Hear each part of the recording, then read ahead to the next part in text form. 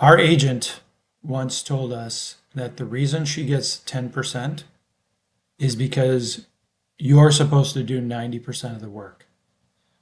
When I heard that, I was like, oh, all this time I thought that my agent was going to change everything for me. It was going to make my whole life different. It's going to help me and our company sell projects. But when she said that you're supposed to do 90% of the work, it clicked that that 90% is all the stuff that led up to even getting an agent's attention, getting them to back you and support you and to go out on your behalf. Because let's be real about it, agents are pitched ideas every day, probably 100 ideas, maybe more, I don't know. But still, let's say it's 30 a day. That's 150 a week times weeks. That's a lot of pitches. And they got to get behind the ones that they think are most likely to sell. And if you know anything about this industry, it's really hard to sell a screenplay. It's super hard to sell a screenplay.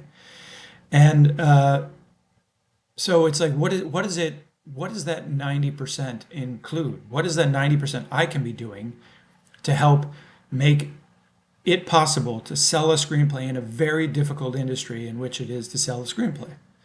And the big thing is making sure your screenplay is undeniable. You know, if you're going to pitch to an agent, make sure you pitch a screenplay, not a great idea, right? You want a great idea, but you want a very well executed screenplay to back that idea. Because of all the 150 screenplays or ideas or more they may get pitched a week, that yours needs to stand out amongst 150 or more.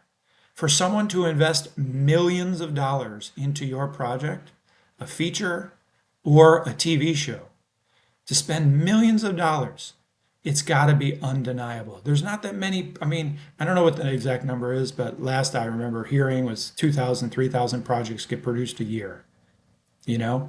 But 60,000 get registered at the WGA. That doesn't mean all that are written. That's just what get registered.